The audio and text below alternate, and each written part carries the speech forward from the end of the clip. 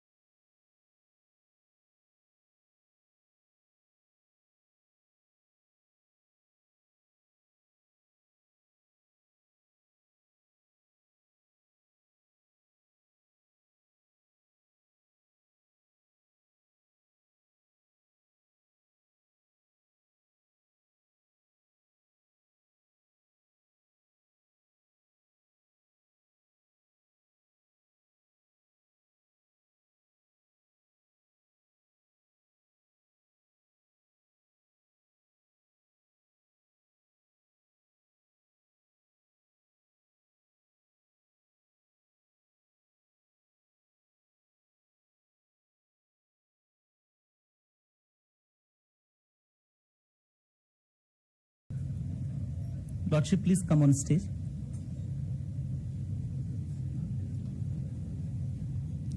I request the experts.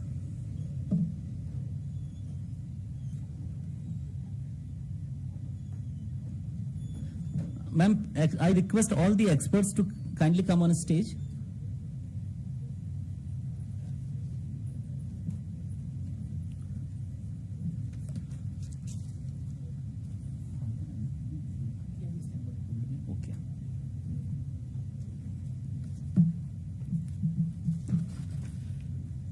Lordship, we are having the plenary session regarding the approaches to deal with child in conflict with law. I request ma'am to kindly, we have a tutorial actually, a video.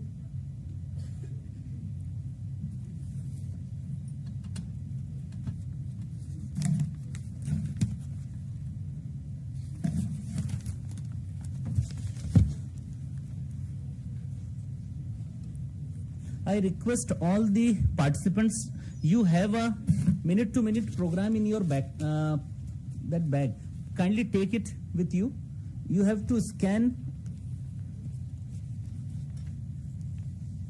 We have actually an app to give real-time response from your seat itself. You just have to click this thing on your camera or lens or. Yes. आ जाइए.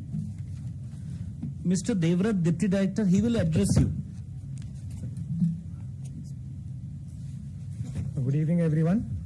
In order to use this, there's a QR code on the printed form that you have. You have to use your Google Lens and scan this code. Once you scan the code, there'll be a display of Padlet. You have to click on that link, then you can fill the questions. Whatever question you want to ask. This is for those who are hesitant to ask questions directly. If you have any questions, you can ask directly to the Honorable Dais. So. There is a link is also given just on the same page. You can use browser. Typing that link, you can also connect. Padlet tutorial video में आपका स्वागत है। इस video के माध्यम से हम ये जानेंगे कि विमर्श कंसल्टेशन में तकनीकी सत्रों के दौरान विभिन्न विषयों पर आप अपने विचार।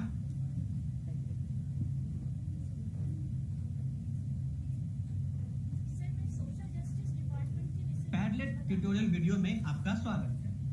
I request just to see the video. Thereafter, you will have opportunity to raise questions. Thank you. के माध्यम से हम ये जानेंगे कि विमर्श कंसल्टेशन में तकनीकी सत्रों के दौरान विभिन्न विषयों पर आप अपने विचार एवं सुझाव इस ऑनलाइन प्लेटफॉर्म का इस्तेमाल कर कैसे दे सकेंगे। तो चलिए शुरू करते हैं। सभी प्रतिभागियों को फोल्डर में यह एजेंडा प्रदान किया गया। आप इस एजेंडे में देखेंगे कि सभी तकनीकी सत्र में क्यूआर कोड और लिंक दिया गया है, यानी आप अपने मोबाइल के कैमरे का इस्तेमाल करके इस क्यूआर कोड को स्कैन करेंगे और इस पैडलेट ऐप को ओपन कर सकते हैं, या फिर इस लिंक के ऊपर क्लिक करके भी पैडलेट ऐप को ओपन किया जा सकता है। तो चलिए शुरू करते हैं। जैसे आप उस लिंक पर क्लिक करेंगे या क्यूआर कोड स्कैन करेंगे, आपके सामने इस तरह का एक पेज खुलेगा। देखिए मेरे सामने तकनीकी सत्र 1 पेज खुला हुआ है। अगर मुझे किसी भी इस विषय में से किसी भी विषय के ऊपर जवाब देना है तो मैं उस विषय के ऊपर क्लिक करूंगा। जैसे अपने अनुभव के आधार पर मैंने इस पर क्लिक किया तो मुझे एक ऑप्शन दिख रहा है यहाँ पर ऐड पोस्ट। अब इस पर मुझे क्लिक करना है। ऐड पोस्ट पर क्लिक करते ही आपके सामने एक और पेज खुलेगा। अब आप मुझे यहाँ पर जवाब देना है। जैसे आप जवाब यहाँ पर अपना एंटर करेंगे, आपके सामने एक ऑप्शन दिखेगा पब्लिश का, आपको उसके ऊपर क्लिक करना है। जैसे पब्लिश का बटन दबाएंगे आपका जवाब यहाँ पर एंटर हो जाएगा। अब आप उस जवाब को देख भी सकते हैं और आपके साथ साथ अन्य लोग भी इसको ऑनलाइन देख सकते हैं और इस तरह से आप अपने पहचान का खुलासा किए बिना आप अपना जवाब और एवं विचार दे सकते हैं। तो उम्मीद है इस वीडियो से आप इस ऐप को बेहतर तरीके से इस्तेमाल कर पाएंगे। धन्यवाद। I request to keep इसको ma'am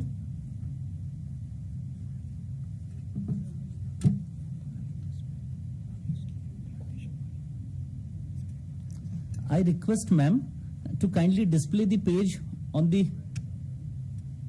so that we may raise the direct questions. Okay. Because most of them are not using the mobile, ma'am.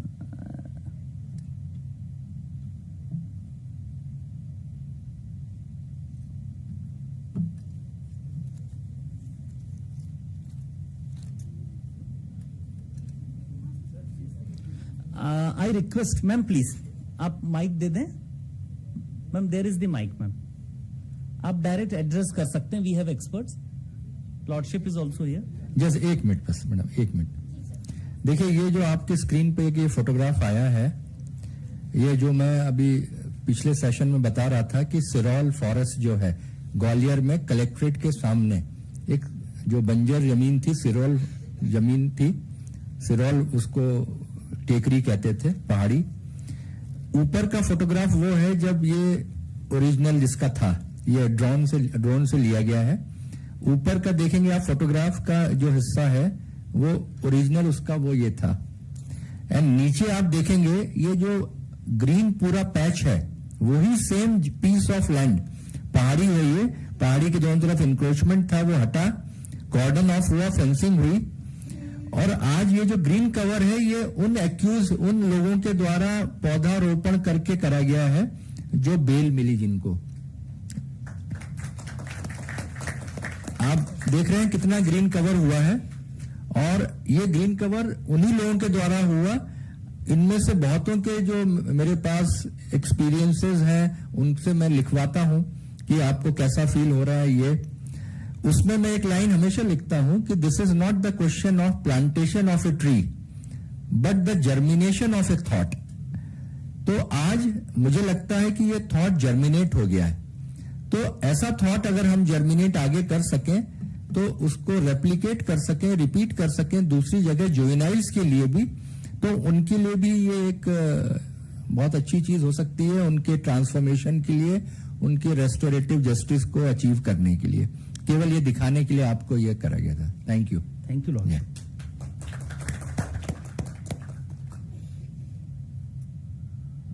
Ma'am you may proceed with your question please. आप direct भी address कर सकते हैं अगर आप QR code को आपने scan नहीं किया है। सम्मानी मंच, डिग्नेटरीज और पार्टिसिपेंट्स, मैं मध्य प्रदेश शासन सामाजिक न्याय विभाग से ज्वाइंट डायरेक्टर राजश्री राय हूं और जैसे सुबह अभी बात चल रही थी तो मैं सभी लोगों से थोड़ा सा ड्रग डी एडिक्शन सेंटर के संबंध में शेयर करना चाहूंगी जानकारी। एक तो गवर्नमेंट ऑफ इंडिया का एक टोल फ्री नंबर है 1446, इसमें काउंसलर रहते हैं और जिसको भी आसपास कहीं भी कम्युनिटी में, परिवार में कोई भी ड्रग से संबंधित प्रॉब्लम होता है तो बहुत अच्छे से वो हैंडल करते हैं। साथ ही साथ नियर का मध्य प्रदेश के अंदर कहां पर सेंटर है, कहां पर परामर्श लिया जा सकता है, यह इंफॉर्मेशन भी देते हैं। दूसरा, मध्य प्रदेश के अंदर जो ड्रग डी एडिक्शन सेंटर चल रहे हैं भारत सरकार से फंडेड हैं और सारे के सारे एनजीओ के माध्यम से चल रहे हैं। पुराने समय में एक प्रोजेक्ट चलाने की कुछ अलग 2-3 प्रकार की गाइडलाइन थी। एक रिहेबिलिटेशन सेंटर हुआ करते थे जिसे इरका के नाम से जाना जाता था, वो हमारे 14 जिलों में चल रहा है, जैसा हमारे जेजेसी कमेटी के समरेश सर ने बताया हुआ है, ये हमने जानकारी उनके साथ शेयर की है और उनके पास है, एक बार और भी हम अपडेट कर देंगे।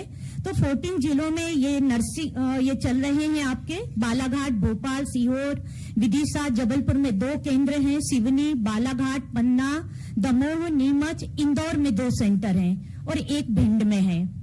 तीसरा, भारत सरकार ने एम्स संस्थान के माध्यम से 8 केंद्र यहां स्वीकृत हैं, 2 फंक्शनल हो गए हैं, रतलाम और मंदसौर में डिस्ट्रिक्ट हॉस्पिटल में ये केंद्र चलते हैं। तीसरा, कुछ बच्चों का एक चेन बना के होता है, जो बच्चे कम्युनिटी बेस्ड रिहेबिलिटेशन का हम एक पार्ट जो देख रहे थे, तो नशा मुक्ति के केंद्र के मामले में भी इसी प्रकार का है। नशा मुक्त बच्चों को ही उसमें पीयर ग्रुप का लीडर होता है, उन्हें चिन्हांकित करता है, फिर उन्हें नशा मुक्त जब होते हैं तो अगले ये बच्चे दूसरे बच्चों को चिन्हांकित करते हैं और एक चेन के रूप में ये सेंटर चलते हैं। ये सेंटर हमारा ग्वालियर, इंदौर और जबलपुर में चलता है।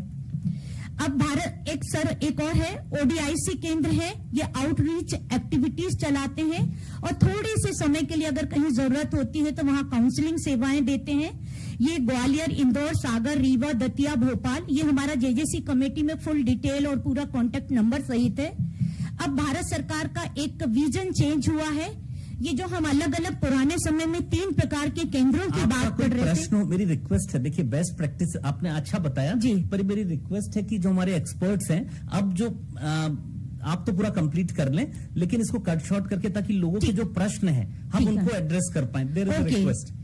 भारत सरकार का एक कॉन्सेप्ट बदल गया है, डिस्ट्रिक्ट में जो भी सेंटर चलते हैं वो पूरा बच्चों से लेके बड़ों के लिए लेकर है और ये सेंटर भी हमारे यहाँ पर 6 स्वीकृत हो गए हैं। 24 इस साल में भारत सरकार के साथ प्रोसेस में है, नंबर 1। नंबर 2, अगर मैं बात करती हूँ डिफरेंटली एबल्ड बच्चों के लिए, तो पूरे जिले में हमारे डीडीआरसी केंद्र हैं, डिप्टी डायरेक्टर के केंद्र हैं। लगभग मध्य प्रदेश के अंदर 200 स्पेशल स्कूल्स चल रहे हैं, जिसमें से कुछ सरकारी स्कूल भी हैं, एनजीओ के थ्रू 100% ग्रांट वाले हैं और अपना जन सहयोग से भी चल रहे हैं। तो जहां भी हमारे बाल कल्याण समितियों में अगर दिव्यांग बच्चे वगैरह हैं तो उनके लिए अगर ऐसे डे स्कॉलर के रूप में पढ़ने को भेजा जा सकता है तो उन बच्चों की व्यवस्था हो सकती है। और सरकारी जो हमारे 20 केंद्र चलते हैं उसमें रेसिडेंशियल फैसिलिटी भी है। Thank you. आपकी समस्या? नहीं, समस्या नहीं, चूंकि सुबह सेशन में ये बात आई थी ड्रग डी एडिक्शन सेंटर के लिए, तो उस संदर्भ में बता रहे थे और डिफरेंटली एबल्ड बच्चों के लिए भी बात हुई थी। जी, thank you so much ma'am. देखिए यहां पर आप देखेंगे, यहां कुछ प्रश्न डिस्प्ले हो रहे हैं। अगर हम क्यूआर कोड को स्कैन करते तो हमें यही प्रश्नों के जवाब देने के रियल टाइम में मौका था। इन प्रश्नों को आप देखें, क्या आपके जिले में समूह परामर्श, ग्रुप काउंसलिंग के लिए पर्याप्त बुनियादी ढांचा और संसाधन है? I request to display. Okay, thank you so much. यहां कुछ वोट्स डले हुए हैं ऑलरेडी, कुछ आंसर्स हैं। अगर इन बिंदुओं पर कोई प्रॉब्लम है तो हम उसको एड्रेस करें। ऐसा ही दूसरा एक प्रश्न है, क्या आपके जिले में सीसीएल बच्चों के लिए कोई सामुदायिक सेवा का कार्यक्रम चल रहा है? अगर इस पर आपका कुछ ऐसा, आपने अगर फीडबैक आपके पास है, जो लोग इसमें काम कर रहे हैं, you can kindly address the podium. क्या आपके जिले में पुलिस सीसीएल बच्चे को जेजे प्रणाली से दूर रखने हेतु अपयोजन के तरीके अपनाती है? क्या हमें ये प्रैक्टिस देखने मिल रही है? हाँ, आप बोल सकते हैं प्लीज। हाँ, इस पे प्रतिक्रिया दीजिए ताकि ये लोग जान पाए कि what is happening in our state. Sir, मैं अर्चना सहाय और मैं आरंभ से हूँ। एसजेपीयू के साथ लंबे समय से हम एज सपोर्ट ऑर्गेनाइजेशन काम कर रहे हैं पुलिस के साथ। मेरा बस एक सबमिशन ये था और सवाल भी था कि कई बार पुलिस जो है, बिकॉज लगातार मध्य प्रदेश पुलिस जो कि लगातार ट्रेनिंग्स कर रही है और हम में से कई हैं जो ट्रेनिंग का हिस्सा भी रहे हैं एज ट्रेनर, तो काफी सुधार हुआ है और काफी लोग उसको अपनाने की कोशिश कर रहे हैं। तो सबसे पहले तो स्वागत है और आपको अर्लीन, आपका ये वंडरफुल प्रेजेंटेशन के लिए बहुत बहुत धन्यवाद, बिकॉज डाइवर्शन और रेस्टोरेशन को समझने में और आसानी हुई। जितने बार हम आपको सुनते हैं उतने बार हम नया चीज उसमें से मिलती है। तो सवाल ये था कि अभी जस्ट 2 घंटे पहले मेरे पास एक थाने से फोन आया कि मैडम, मैं नहीं चाह रहा हूं कि उस बच्चे को इस सिस्टम में लेके आऊं, लेकिन मेरे ऊपर इतना प्रेशर आ रहा है, उस फरियादी ने, जो कि उस बच्चे का कोई प्रूफ नहीं है कि उसने, वो बच्चे ने गलती की है, मैंने चोरी का काम, और वो स्कूल जाने वाला बच्चा है, स्कूल से आने के बाद वो कैटल ग्रेजिंग का काम करता है। लेकिन ये जो फैमिली है, उन्होंने सीएम हेल्पलाइन, मतलब दुनिया की जितनी हेल्पलाइंस होती है उसमें हमारी शिकायत कर दी। अब सीनियर ऑफिसर्स इस सब इंस्पेक्टर के ऊपर, जो चाइल्ड वेलफेयर पुलिस ऑफिसर भी है, उसको प्रेशर डाल रहे हैं कि तुम तो वो जो कह रहा है वो करो। तो चाहते हुए भी, तो ये जो पुलिस है जो डाइवर्शन को अपनाना चाहती है, वो मैंने लिख के भी उसमें डाला है, तो उसके लिए क्या करना चाहिए? बिकॉज ये तो प्रेशर में आ गए। तो या तो हमारे सीनियर ऑफिसर्स जो हैं वो कोई गाइडलाइन जारी कर दें कि अगर ऐसा कोई प्रेशर आता है तो what next you have to do. That is my thing. हालांकि अब वो पुलिस ऑफिसर्स तो अभी यहाँ है नहीं। कोई पुलिस ऑफिसर है यहाँ? कोई सीनियर पुलिस ऑफिसर? हाँ, है कोई सीनियर पुलिस ऑफिसर? क्योंकि ये तो वही एड्रेस कर सकते हैं, लेकिन अगर ऐसा है तो वो कुछ गाइडलाइंस ये तो बनानी पड़ेंगी कि उसमें इंटरफेरेंस ना हो, क्योंकि वो जो स्टैट्यूटरी रिक्वायरमेंट है डाइवर्जन की या डी इंस्टीट्यूशनलाइजेशन की, उसके कॉन्ट्ररी जाना, डायरेक्शन देना तो गलत है। लेकिन पुलिस ऑफिसर्स ज्यादा बेहतर बता सकते थे कि क्या सिस्टम चल रहा है वहां उनके यहाँ, लेकिन वैसे वो कर नहीं सकते।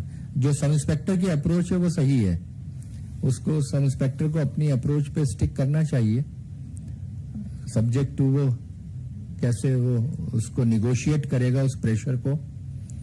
और उसको एक चीज ये भी हो सकती कि शायद लिखित में दो, एसपी से वो ये या अपने ऑफिसर से ये कहे कि सर लिखित में चाहिए, क्योंकि वो एक्ट में ये प्रोविजंस है। आप उसमें कह सकते हो कि लिखित में आप एक लेटर दे सकते हो कि अगर कोई ऐसा वो बात हो तो लिखित में ही दिया जाए, तभी उसको माना जाएगा। ऐसा कुछ उसका एक रास्ता आप उस सब इंस्पेक्टर की मदद आप कर सकते हैं शायद, है ना?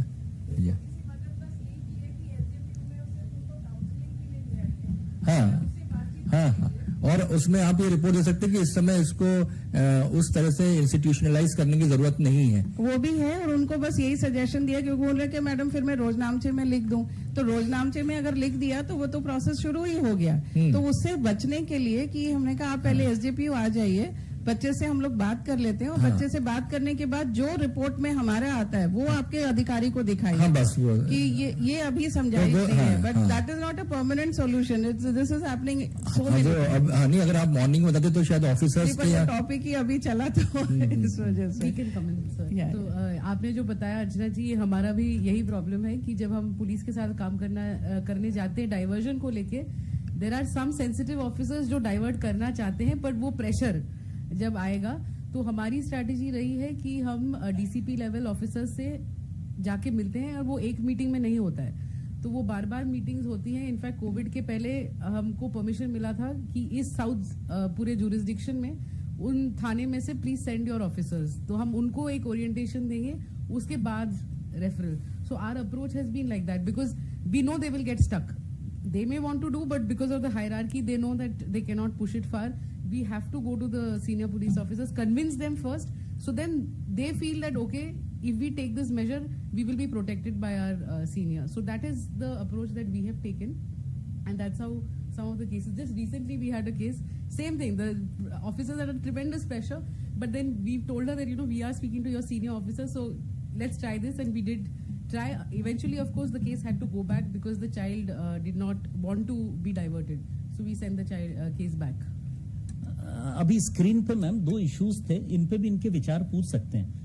एक ये था कि जैसे प्रोबेशन ऑफिसर नहीं है तो क्या जो समस्याएं आ रही हैं उनको आप कैसे एड्रेस कर रहे हैं, इस पे कोई बेस्ट प्रैक्टिस आपकी तरफ से आ जाए, या डी एडिक्शन सेंटर के बारे में लिखा हुआ अगर ये नहीं है तो ऐसे बच्चे को जिसको ड्रग अब्यूज वाला है तो उसको कैसे डील कर रहे हैं, माता पिता सहयोग नहीं कर रहे हैं तो कैसे आप उनकी काउंसलिंग कर रहे हैं। इन बिंदुओं पे कोई विचार रखना चाहे या प्रॉब्लम हो तो हमारे एक्सपर्ट्स के सामने रखा जा सकता है, या आप कोई बेस्ट प्रैक्टिस जैसे मैम ने बताया आप अपनी कोई बात बताना चाहें।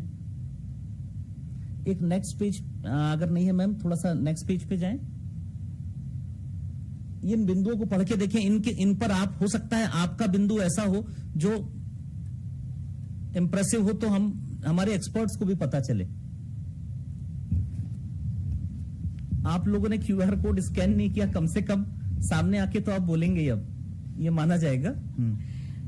जी सर, हम लोगों ने ज्यादा से ज्यादा ये कोशिश की है कि जो हमारे सामने बच्चा आता है कॉन्फ्लिक्ट विद लॉ, हम उसे किसी संप्रेक्षण गृह में rare of the rarest condition में ही भेजें, क्योंकि हमें लगता है कि हमारी जितने दिन वो हमारे साथ आता है हम उसकी काउंसलिंग करते हैं, उसका ब्रेन वॉश करने की कोशिश करते हैं।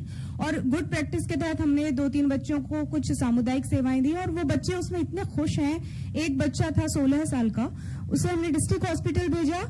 उसने हमने सिर्फ 6 महीने का उसको दिया हुआ था कि आप वहां जाइए, जो मरीज आते हैं उनका टेक केयर कीजिए।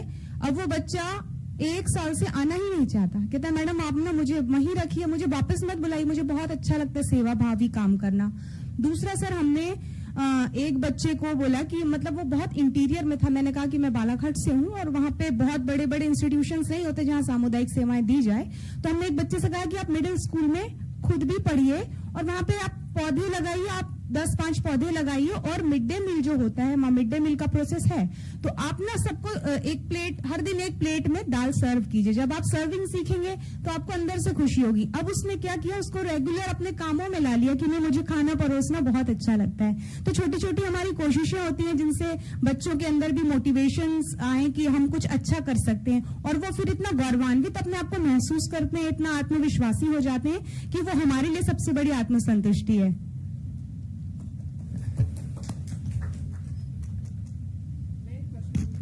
हाँ प्लीज मैम। मध्य प्रदेश ने किसी जेजेबी मेंबर ने आफ्टर केयर का ऑर्डर दिया है कोई child in conflict with law को?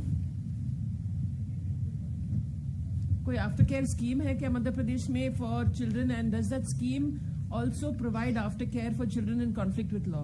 क्योंकि अगर हम बोल रहे हैं कि उनका रिहेबिलिटेशन और रीइंटीग्रेशन होना है, तो once a child has turned 18, it may be in an observation home और अ स्पेशल होम, बट कोई आफ्टर केयर का, because we are not, I'm just raising this question because for us to try and include these children into those rehabilitation programs. जानकारी हो तो please बताएं। She wants to say something. उनको mic दीजिए please. चौथी रो में।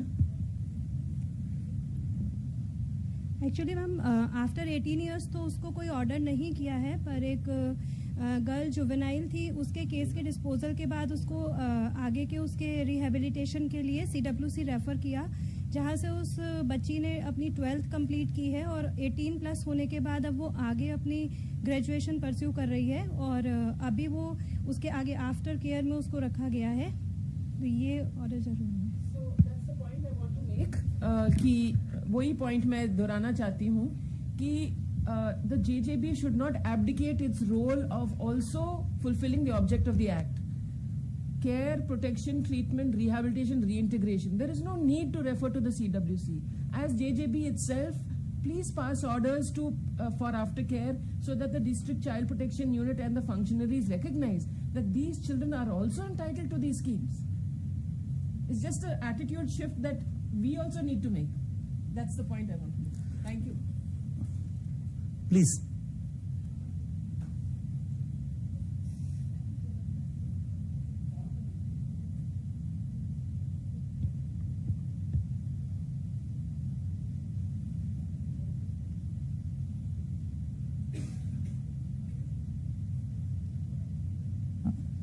मैं जबलपुर JJB से मेंबर हूँ। हमारे यहाँ की मैम भी बैठी हैं, प्रधान मजिस्ट्रेट मैम। मैम एक किस्सा आया था अभी तेवर के पास का, एक बच्चा था तो उसका काफी उसकी स्थिति, उसकी मम्मी की स्थिति बहुत ही दयनीय थी। उस स्थिति में क्या था कि माँ उसका ध्यान नहीं रख पा रही थी, उल्टा बच्चे को रखना पड़ रहा था, तो वो बच्चा एक सॉफ्ट कॉर्नर हो गया था सभी के टारगेट पर। तो उसके वजह से उसका एक CCL बच्चे के रूप में आया। जैसे ही वो जब हमारी बोर्ड में आए तो मैम द्वारा बात करने पर यह लगा कि ये बच्चा है नहीं, इसको कहीं ना कहीं टारगेट बनाया है। तो उसको डे 1 से वैसे फेस किया, उसको एज ए CCL बच्चा नहीं, जबकि वो घबरा गया था कि हाँ मेरे से नहीं हुआ। तो ये बेसिक एक चीज वहां से आइडेंटिफाई करी। फिर सेकेंड थिंग, उसको वहां से करने के बाद में उसकी माँ को बुलाया गया, वहां के सरपंच को बुलाया गया। सरपंच से बात करने पर मैम द्वारा ये हुआ कि इसकी माँ की स्थिति खराब है और आप इसका BPL कार्ड में नाम कराइए, क्योंकि उसके पास आधार कार्ड भी नहीं था, उसकी एज का कुछ नहीं था। जब उससे जानकारी ली गई तो पता चला कि वो भीख मांग के अपना गुजारा बच्चे का करता है, जिसकी वजह से बच्चा कोई भी उसका यूज करता है या चोरी के लिए या किसी के भी लिए। तो उस बच्चे के लिए वहाँ के उधर के जो ये पंच सरपंच उन लोगों से बात करने पर उनके परिवार को शासकीय योजना से जोड़ा गया और उस बच्चे का चूंकि कोई भी एजुकेशन नहीं हुआ था तो शिक्षा विभाग से मंजू मैम द्वारा बात करने पर उसको ये जानकारी दी कि इसको कैसे हम शिक्षा की मूल धारा से जोड़े। तो उसके लिए चर्चा करने पे ये हुआ कि वहीं के स्कूल में पहले इसकी शिक्षा दी जाए और फिर इसका जो गैप है उसको खत्म करें और उसके एग्जाम्स कराते बच्चों को करें। इसी दौरान बच्चे का ये था कि हम रेगुलर पढ़ेंगे नहीं तो हम कैसे पढ़ेंगे, तो हम कैसे परिवार चलाएंगे। तो उसको जो गरीबी रेखा का जो भी लाभ है उसके परिवार को उस गांव में नॉमिनेट करके किया। सेकंड, उस बच्चे के लिए एक फॉस्टर योजना है वो प्लानिंग करते हुए आदेश के लिए करने का है। ये एक बेस्ट प्रैक्टिस हमारे जबलपुर से हुई है ma'am. Thank you sir. You want to say नहीं, बहुत क्रेडिटेबल है, बहुत अच्छी बात है। और मैं ये जानना चाहता हूं कि जो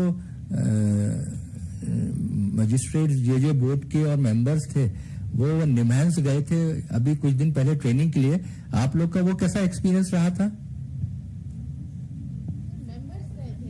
कुछ लोग गए थे, प्लीज हैंड्स रेज करें। जो लोग गए थे हाथ ऊपर उठाएं तो हम माइक पहुंचाएं आप तक। कोई गए? मेंबर्स गए थे सर। मेंबर्स गए थे? अच्छा, कोई मेंबर्स हैं यहाँ पर?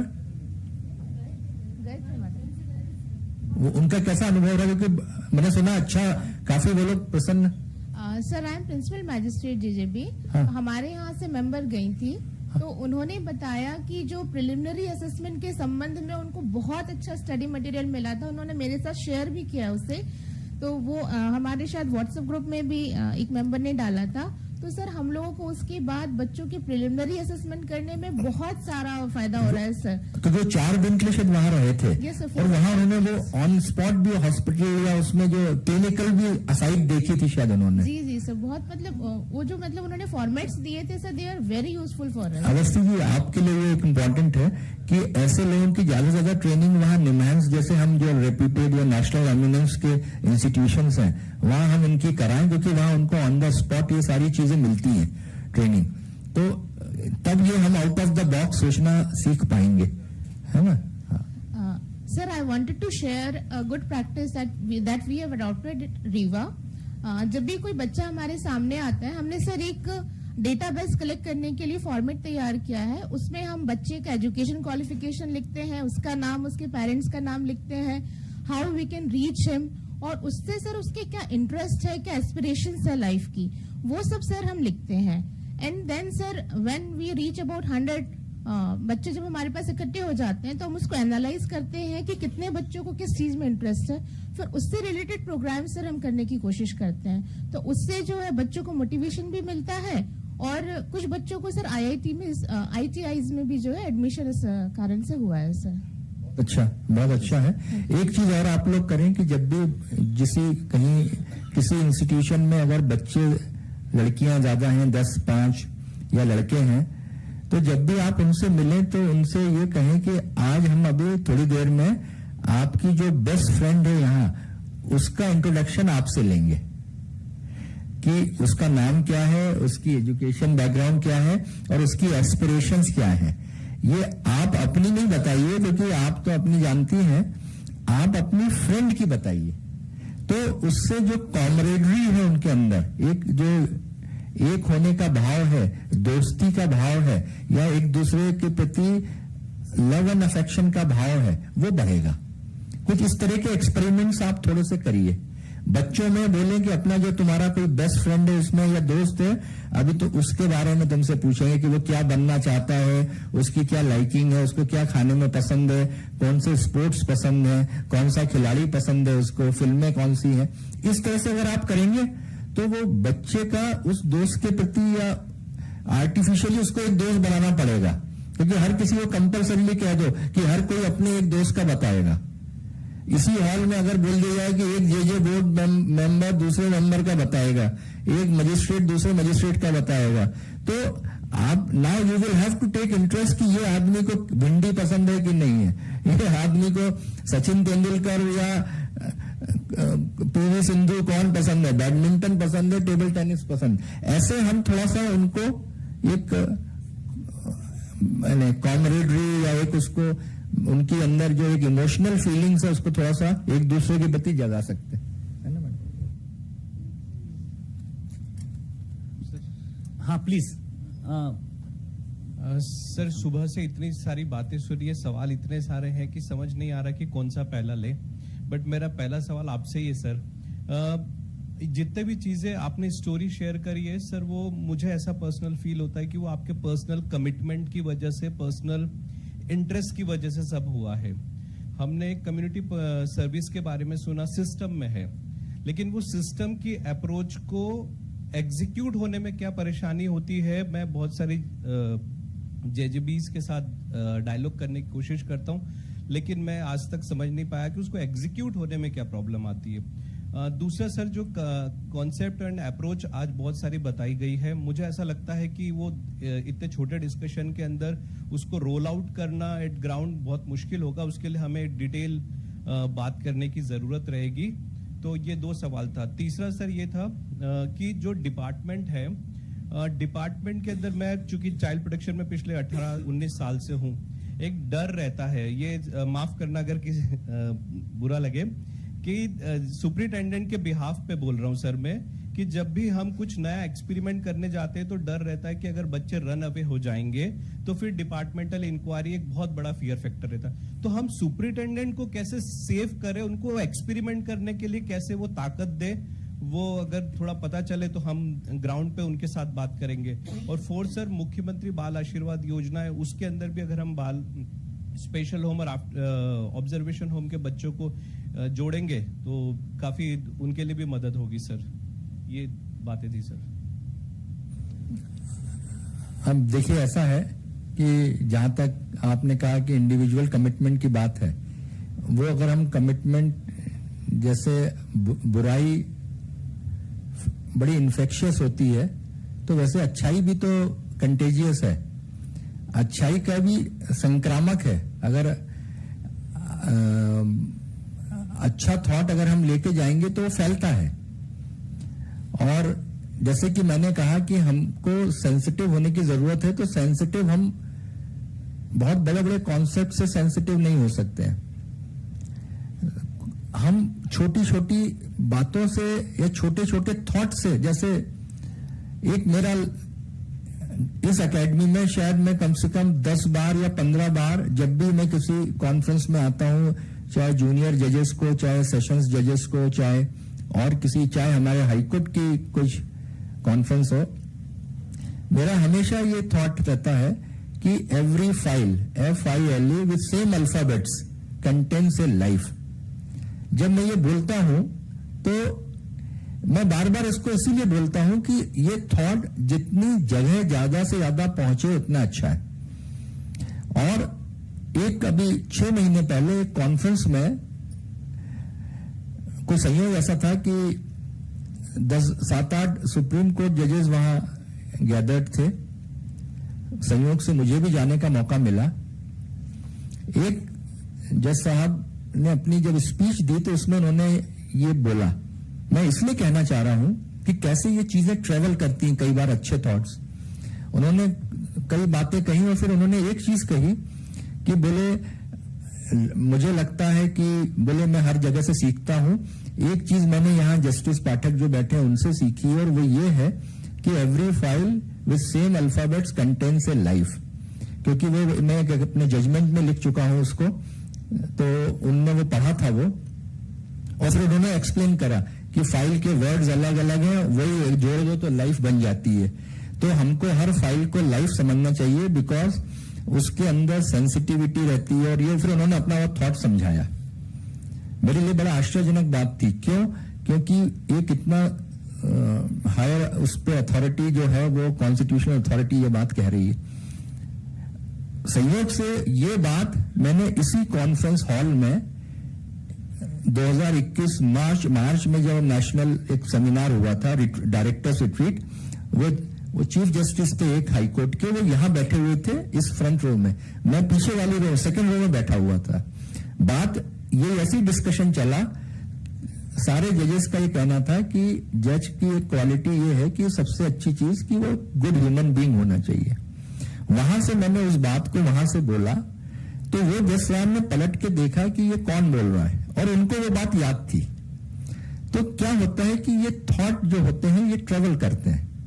तो आज आप अगर ये थॉट लेके जाएंगे कि मुझे हर बच्चे की फाइल को प्रोसेस लाइफ की तरह करना है, तो हो सकता है वो ये जो आज हमारे कॉन्फ्रेंस का जो डिस्कशन है वो सार्थक हो गया।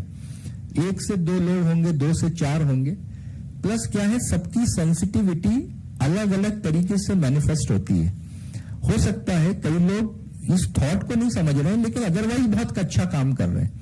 कई बार किसी एक पर्टिकुलर डिसिप्लिन में वो उतना अच्छा नहीं कर पा रहे, लेकिन बाकी चीजों में अच्छे हैं।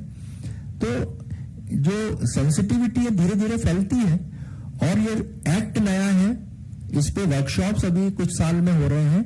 अब फोकस सेंसिटिविटी पे आ रहा है। धीरे धीरे मुझे लगता है कि सब लोग उसमें, most of the stakeholders जो हैं वो धीरे धीरे इस थॉट पे सेंसिटिव होंगे, ऐसा लगता है। We are hopeful. सभी को नमस्कार। सर मैं पुलिस डिपार्टमेंट से हूँ, भोपाल से, थाना गोविंदपुरा से। सर हमारा स्वास्थ्य विभाग से एक क्वेश्चन है जो आप अगर सॉल्व कर सके तो हम सब पुलिस डिपार्टमेंट को सहायता मिलेगी। सर क्या कि जैसे ही सर रेप केस का जैसे मेडिकल हुआ या पास्को एक्ट का मेडिकल हुआ बच्चियों जैसा, तो हम लोग लेके जाते हैं सर, तो हम लोगों को ना तो कोई रूम मिलता है बैठने के लिए, वेटिंग के लिए 5-5 घंटे वेट करना पड़ता है, तो वहीं बाहर बैठना पड़ता है सर। और डॉक्टर्स भी इतना गलत बिहेव करते हैं, हम लोगों से भी गलत बातचीत करते हैं। और जैसे कि सर लिविंग वाला केस जैसे गया और उन्होंने 1 साल बाद FIR कराई रेप केस की। अब वो मेडिकल तो उसमें है कि जाना है, हम तो लिख नहीं सकते इसमें कि ये मेडिकल नहीं चाहती है कि हम इसमें मेडिकल ना कराएं, क्योंकि इतना लेट हो गया। हम जब डॉक्टर के पास जाते हैं तो डॉक्टर ये बोलता है कि ये तो जबरदस्ती लेके आ जाती हो, ये तो जबरदस्ती का काम है, हमें इसके लिए हमें कोर्ट में जाना पड़ेगा, हमारा समय खराब हो रहा है, और ऐसे करके सर उनको टालते रहते हैं, बहुत ही गलत शब्द बोलते हैं सर। और सर एक केस और जिसमें मैं खुद ही लेके गई थी सर, उसमें क्या था, पास्को एक्ट की बच्ची थी, 12-13 साल की थी, और वो 6 महीने प्रेग्नेंट थी सर। तो उसका क्या, कोर्ट से जब आदेश हुआ DNC का, लड़का भी अंडर एज था, आरोपी तो वो छूट गया था, और उसको जब हमने भर्ती किया CWC की मदद से, उसका कोर्ट से आदेश हुआ था DNC का, 1250 की बात है सर। तो वहां पे जब हमने भर्ती किया तो हमें कोई अलग से रूम नहीं मिला, जिसमें सारी डिलीवरी वाली लेडीज OT में भर्ती होती, वहीं उस बच्ची को भी भर्ती एडमिट किया। और वो जो लड़का था वो हम लोगों को परेशान कर रहा था बार बार, कि वो लड़की को जैसे मालूम पड़ा, उसको तो नहीं मालूम है कि हमारे साथ क्या हो रहा है। अगर 12-13 साल में वो माँ बनेगी तो उसके साथ क्या होगा। तो जो कोर्ट ने डिसीजन लिया DNC का सर, तो हमने जब उसकी DNC का टाइम आया सुबह 5 बजे, तो मैडम ने DNC तो की, लेकिन जब उसको प्रिजर्व करने के लिए वूड का हुआ तो हमसे बोले कि आप वो लेके आई, डिब्बा किट लेके आई, हमारे पास नहीं है। 2 घंटे वो बाहर रखा रहा, जब हम एम्स जाके डिब्बा लेके आए तब उन्होंने उसको प्रिजर्व किया सर। तो वो किट के लिए भी हम लोगों को बोलते हैं सर। और जो हमारे गांधी मेडिकल कॉलेज में सुल्तानिया हॉस्पिटल भी है, वहां तो सर हम लोग रात को जैसे 10 बजे जाएंगे तो सुबह 6 बज जाते हैं। जूनियर डॉक्टर कहते हैं कि बड़े डॉक्टर साहब आएंगे तभी हम करेंगे, 6-6 घंटे ऐसे स्ट्रेचर पर डले रहते हैं सर। बहुत ही ज्यादा प्रॉब्लम है, और डॉक्टर का नाम भी पूछते हैं ना तो उसमें भी आपत्ति जताते हैं सर। तो जब हमें MLC में लिखना पड़ता है, जैसे हम चालान कटता है, फाइनल रिपोर्ट होती है, तो हमें डॉक्टर का नाम भी नहीं समझ में आता है, हम किसको भेजेंगे, कोर्ट का वारंट किसको भेजेंगे सर, और सील भी नहीं लगा के देते हैं। हम ये चाह रहे थे सर कि अगर जो जहाँ पे हम जाते हैं मेडिकल के लिए, वहाँ पे एक वेटिंग रूम अलग से हो जाए हम लोगों के लिए तो ज्यादा ठीक है। और सर अगर जो MLC भी होती है ना सर, तो सभी के सामने ही होती है वो भी सर। नहीं, आपका बड़ा जेन्युइन प्रॉब्लम है। और पिछले बार भी एक कोई आपके यहाँ के लेडी सब इंस्पेक्टर आई थी, तो उन्होंने यही पॉइंट रेज किया था। मिस्टर समरेश, आप इस पॉइंट को थोड़ा सा नोट कर लीजिए। और मिस्टर अवस्थी, आप लोग भी, क्योंकि हालांकि आपका ये नहीं है, लेकिन चूंकि वो जुवेनाइल्स या उनके लिए कभी होता है ये, तो आप थोड़ा सा, अभी आज राजोरा साहब आए थे होम वाले, तो उनके साथ कोऑर्डिनेट करके, मैडम आपका ये पॉइंट रखा जाएगा, होम डिपार्टमेंट को भी रखेंगे, और हमारे जो सेक्रेटरी हैं मिस्टर समरेश, ये आप जरा थोड़ा सा कुछ इस पे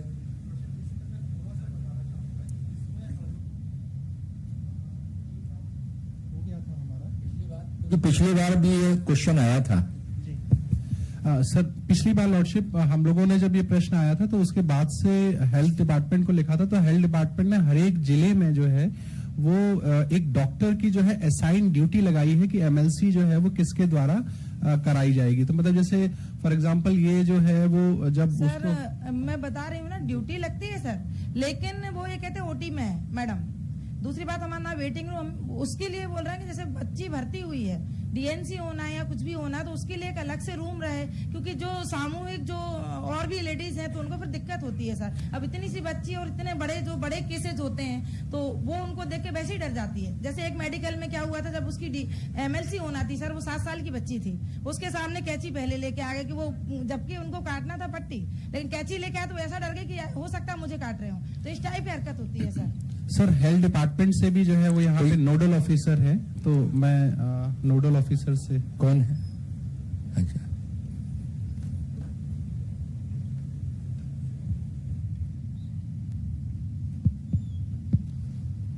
जैसा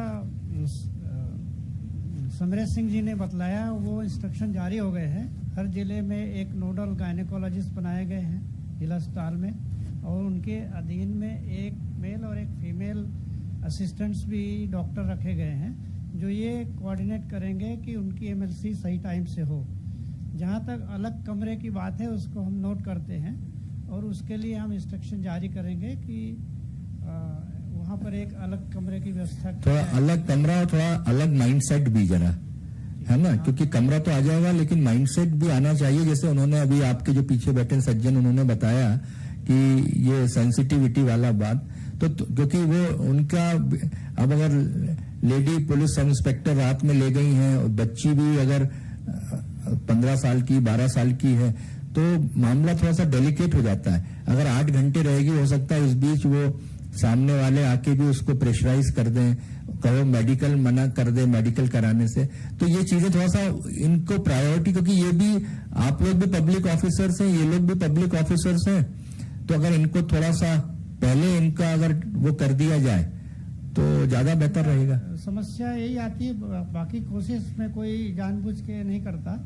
जैसे एक डॉक्टर ड्यूटी पे रहते हैं, उनको बहुत सारे अन्य असाइनमेंट भी पूर्ण करने पड़ते हैं। इमरजेंसी ऑपरेशन या बहुत से एमएलसी वेटिंग में रहते हैं, इमरजेंसी कॉल्स रहती हैं वार्ड में इंडोर की, वहाँ भी गए होते हैं, तो वो थोड़ा सा वो फॉर टाइम बीइंग उतना हो सकता है, लेकिन आवर्स टुगेदर तो डिले नहीं एक्सेप्टेबल है।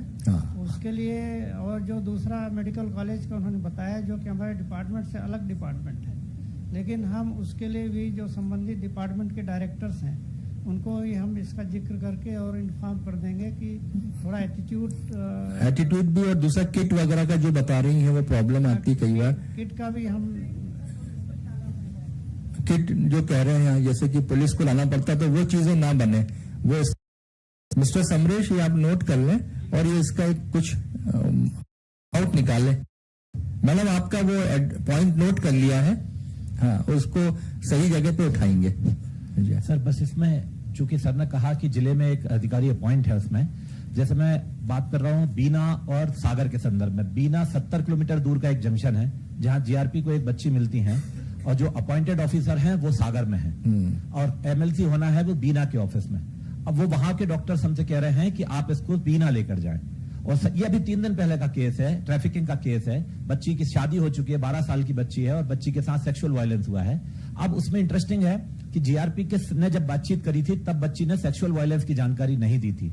रास्ते में उन्होंने जो पुलिस ऑफिसर लेकर जा रहे हैं, तब उन्होंने सेक्सुअल वायलेंस की जानकारी दी, और जब वो जनरल चेकअप के लिए बच्ची सागर पहुंची, बच्ची ने डॉक्टर को ये बोला कि मेरे साथ सेक्सुअल वायलेंस भी हुआ है, और ये ऑफिसर ने भी कहा। अब पॉक्सो एक तरफ कहता है कि यदि आपको इस तरह के प्रकरण की जानकारी मिली है, तो आपको एक तो उसको तत्काल संज्ञान में भी लेना है, और इस तरह की प्रोसेस अपने स्तर पर करनी है। लेकिन उन्होंने कहा कि नहीं, जीआरपी ने जो मेडिकल के संदर्भ में लिखा है वो सामान्य मेडिकल लिखा है, हम इसमें दूसरे मेडिकल पे नहीं जाएंगे। आप इस बच्ची को वापस 70 किलोमीटर ले जाएं, लिखवा के लाएं, उसके बाद ही हम कर सकेंगे। तो ये जो आप सेंसिटिविटी की बात कह रहे हैं, चूंकि ये प्रकरण दर प्रकरण थोड़ा अलग भी है, क्योंकि ऑफिसर तो जिले में अपॉइंट हुआ है, लेकिन जो 70 किलोमीटर दूर या 80 किलोमीटर दूर जो बच्चा है, उसके संदर्भ में भी यदि कोई डायरेक्शन में स्पष्टता आ जाए कि यदि जो सीएचसी है या पीएचसी लेवल पे भी जहां कहीं होगा, उसमें भी थोड़ा यदि इस तरह की चीजें आ सकें, तो उस बच्चे के लिहाज से बहुत बेहतर होगा। ये भी आप नोट कर लें, क्योंकि कई प्रैक्टिकल डिफिकल्टी आती होंगी। जैसे अगर कोई एक बड़ा डिस्ट्रिक्ट है जिसमें अगर सब डिवीजन पे अगर कोई घटना हुई है तो वही थोड़ी दिक्कत आती है, ये उसको आगे उठाते हैं एप्रोप्रिएट जगह। सर एक बोर्ड से संबंधित क्वेश्चन है। चूंकि सर हाईकोर्ट ये माननीय उच्च न्यायालय हमेशा ये लिस्ट निकालता है केसेस की संख्या के आधार पर कि किस जिले में कितनी बैठकें होंगी। इस हिसाब से सर या तो वो अल्टरनेट डेज देता है या जहां 200 से ज्यादा केसेस है वहां रेगुलर होता है, वहां पर बोर्ड लगता है। अब सर अभी जो हाल ही में जेजेसी द्वारा एक लेटर महिला बाल विकास विभाग ने दिया है, उसमें वो ये कह रहे हैं कि आप सिर्फ जो आपके बैठक दिवस हैं सोमवार, बुधवार, शुक्रवार, ये बैठक दिवस माने जाएंगे, रोस्टर में आपकी उपस्थिति नहीं मानी जाएगी। अब सर यहाँ पर एक विसंगति ये हो रही है कि यदि वो हमारी उपस्थिति नहीं मान रहे हैं रोस्टर दिवस में, तो हम रोस्टर दिवस में उपस्थित होकर कैसे किसी बच्चे को सुपुर्दनामे पर दें या चालान एक्सेप्ट करें। तो ये जो एक लॉ पे मतलब विधि संगत जो प्रश्न उत्पन्न हो रहा है, इसमें थोड़ा मार्गदर्शन करें सर, क्योंकि यदि वो हम सदस्यों की उपस्थिति ही नहीं मान रहे हैं, उसका मानदेय भी भुगतान नहीं कर रहे हैं, जबकि एक्ट में मिनिमम 20 डेज तो दिया ही हुआ है, लेकिन नहीं पता क्यों मध्य प्रदेश शासन पता नहीं वो क्या इसका अर्थान्वयन कर रहे हैं। तो प्लीज सर इसमें कुछ गाइड करें हमें। नोट कर लें आप ये बात। सदन से मेरी एक रिक्वेस्ट है, पॉक्सो पे पहले डिटेल डिस्कशन हो चुका है, गुड प्रैक्टिसेस और CCL child in conflict with law, इसी पे ये सेशन चल रहा है, इसको पीछे ना ले जाएं। बाकी आप एड्रेस कर दें जी। सर मैं इसमें ये बताना चाहूंगा कि जेजेसी ने अपनी तरफ से कुछ नहीं दिया था, डीडब्ल्यूसीटी की तरफ से एक लेटर आया था और हमने केवल रूल कोट करके लिखा है, हमारी तरफ से कोई सुझाव नहीं दिया गया है। विभाग को यह तय करना है कि विभाग जो है वो मानदेय कितना देना चाहता है और कैसे देना चाहता है। सर पिछले सेशन में पॉक्सो पे जी ओके जी लॉर्डशिप।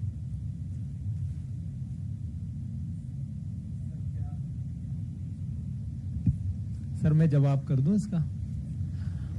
जेजेबी के जो सदस्य हैं उनके लिए जो रोस्टर के अलावा जो दिन है वो जैसा मैडम कह रही हैं कि उनकी उपस्थिति मान्य नहीं कर रहे हैं, बिल्कुल ऐसी बात नहीं है, उपस्थिति तो मान्य है, लेकिन जैसा वो कह रही हैं कि उनको अन्य दिनों में जो वो बैठती हैं, जब वो सिटिंग उनकी होती है तो उसका उनको मानदेय नहीं मिल रहा है। तो उसके लिए जो गवर्नमेंट ऑफ इंडिया की गाइडलाइन है उससे हमने उनसे मार्गदर्शन मांगा है। जैसे ही वो अभी सीडब्ल्यूसी और की सिटिंग में जो उनकी सिटिंग है रोस्टर के अलावा, उस पे तो उनको मानदेय मिलता है, लेकिन जो जेजेबी है उसके सदस्यों को रोस्टर के अलावा दिनों में बैठने का मानदेय नहीं मिलता। तो उसके लिए हमने मार्गदर्शन मांगा है, जैसे ही मार्गदर्शन मिलेगा हम निश्चित तौर पे इस पे एक्शन लेंगे।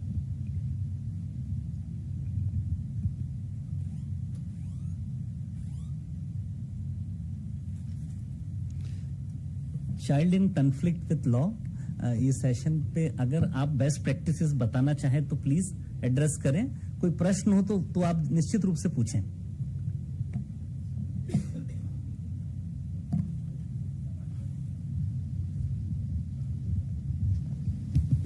हेलो सम्मानीय मंच, मेरा प्रश्न ये था कि अभी हम जैसे बात कर रहे थे child in conflict with law में, और सर जेजे का जो रूल नंबर 8 है सर, वो क्लियरली कहता है कि जो पेटी केसेस हैं और सीरियस ऑफेंसेस हैं उनमें जो है आपको प्रकरण पंजीबद्ध नहीं करना है और बच्चे को जो है आप अप्रीहेंड नहीं करेंगे। बट अभी सर धरातल में क्या हो रहा है कि सामुदायिक दबाव में आकर, राजनीतिक या सामाजिक दबाव में आकर पुलिस जो है प्रकरण पंजीबद्ध कर रहे हैं सर, और इसके कारण सर दो चीजें हो रही हैं, जो उनके ऊपर भी दबाव बढ़ रहा है, प्रकरण बढ़ रहे हैं, दूसरा बोर्ड के ऊपर भी उसका सर कुप्रभाव होता है, बढ़ता है, दबाव बढ़ता है। तो सर इसमें यह था कि रूल तो है, बट सर अगर अपनी जेजेसी की तरफ से कोई सर डायरेक्शन चले जाएं पुलिस को कि आप क्लियर हो जाएं इसमें, क्योंकि पुलिस वाले सर अक्सर कंफ्यूज रहते हैं, उनको हमेशा संदेह रहता है कि हमें प्रकरण पंजीबद्ध करना है या नहीं करना है। तो इसमें सर अगर कोई मार्गदर्शन उनको हो जाए तो सर ये समस्या जो है इसका समाधान हो सकता है। That's all, thank you sir. वो होम डिपार्टमेंट के अगर या पुलिस डिपार्टमेंट के लोग ही इसको क्लैरिफाई कर सकते हैं, क्योंकि ये एक अपना एक सोशल प्रॉब्लम है कि सोसाइटी के प्रेशर में भी रजिस्ट्रेशन ऑफ क्राइम्स होते हैं। तो एक तरह तो सोसाइटी क्राइम हटाना, बिकॉज बाय शायद we are very litigation friendly society, हमको लिटिगेशन करने में मजा आता है, एक ये भी है, तो वो थोड़ा माइंडसेट चेंज होने में अभी समय लगेगा, लेकिन ठीक है। होम डिपार्टमेंट से समरेश, आप होम डिपार्टमेंट के लिए देखते हैं, उसमें ये प्रॉब्लम 2-3 बार फिगर हुई है, तो उस चीज को। Any more questions or instances of good practices? Ma'am is asking. यहाँ देखिए कुछ challenges लिखे हुए हैं, जो परेशानियां, उसको एड्रेस किया गया है। इनसे जुड़ी हुई कोई बात आप रखना चाहे, कोई एक्सपीरियंस, कैसे आपने ओवरकम किया? गुड बेस्ट प्रैक्टिसेस, हाँ, वो मैम कुछ कहना चाह रही हैं। सर, मैं जेजेबी इंदौर से प्रिंसिपल मजिस्ट्रेट हूँ। सर, जैसे हमारे यहाँ पे इंफ्रास्ट्रक्चर की इसमें प्रॉब्लम लिखी है, तो कुछ प्रॉब्लम वहाँ पर भी थी। जो ऑब्जर्वेशन होम में बच्चों के लिए उनके लिए कोई प्लेग्राउंड उस तरीके से नहीं था।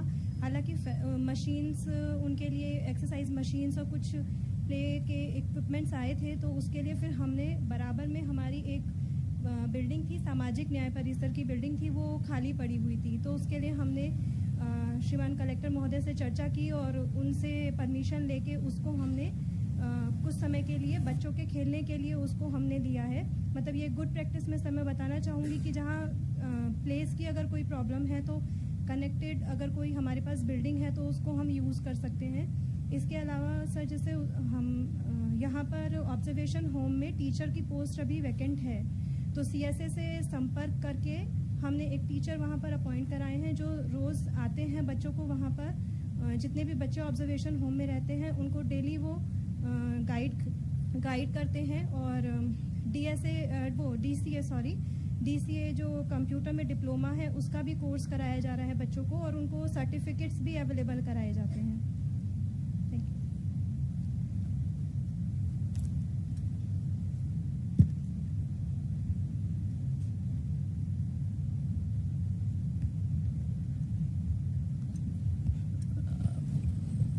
Since we have a very good discussion, your suggestions, good practices you have shared with the audience, some questions you have asked.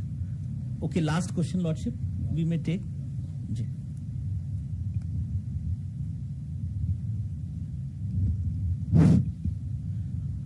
Sir, good practice के बारे में बताना चाहूँगा। स्टाफ की कमी तो बहुत है मेरे यहाँ पे। विशेष गृह और सुरक्षित स्थान दोनों है। बच्चे भी मैंने बताया 14 से लेके 30 साल तक के। मेटर नहीं है, अकाउंटेंट नहीं है, टीचर नहीं है। लेकिन ये अच्छी बात है कि CSA वाले, ये दीपेंद्र जी मेरे पास ही बैठे हैं, पूरी संस्था है NGO की, उनके हेल्प से, जो अभी आपने जो WCD का हमारा प्रेजेंटेशन देखा है उसमें फोटो देखे थे, तो जो कंप्यूटर की लैब है पूरी डेवलप करी हुई है। 5-6 कंप्यूटर लगाए हुए हैं, बच्चे पूरा कंप्यूटर पे सीखते हैं। सिलाई मशीन लगी हुई है। इंदौर को हमने बिल्कुल पॉलीथीन मुक्त कर दिया है, तो कपड़े की थैली सिलने का काम जो है वो बच्चे करते हैं। मोटर वाइंडिंग का काम, कूलर ठीक करना, मिक्सर ठीक करना, इलेक्ट्रॉनिक जितनी भी चीजें हैं सर वो ठीक करने का काम वो करते हैं। परिसर बहुत है मेरा, ऑब्जर्वेशन होम में थोड़ा सा कम स्पेस है, लेकिन मेरे यहाँ स्पेस बहुत है सर। तो वहां पे हमने बहुत अच्छा गार्डन डेवलप किया है और हर सीजन की सब्जी सर उपलब्ध है वहां पे।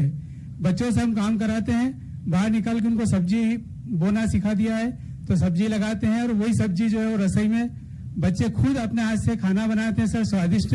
कभी भी जो भी आता है सीधा उनको कहता है खुशबू कहाँ से आ रही है। और उसमें प्रधान न्यायाधीश महोदय मैडम नेहा बंसल मैडम का बहुत सहयोग रहता है। हर 15 दिन में उनका भी आना होता है और उनके सजेशन हमको मिलते रहते हैं। और हमने CSA के माध्यम सर बहुत अच्छा डेवलप किया है। आप कभी भी पधारें सर, स्वागत है देखने के लिए। आपकी बातों से ये लग रहा है दिल में जगह होनी चाहिए, तो निश्चित रूप से माननीय महोदय ने, मैं ये माननीय महोदय को आश्वस्त करना चाहता हूं कि संवेदनशीलता के साथ हम बच्चों के मामलों को डील करेंगे। Sensitivity is most important. Law में हो सकता है प्रैक्टिसेस हमारी कम ज्यादा हो, क्लैरिटी कम हो, जो तो हम लोग उसको बेहतर तरीके से हैंडल करेंगे। With due permission of lordship will sum up the session, will assemble again tomorrow. Today, ma'am? Today itself, ma'am? We have a cultural program today. We'll meet at 8 p.m. 8 बजे रात्रि सभी इकट्ठे होंगे in the auditorium itself. Tomorrow we have sessions. Thank you so much.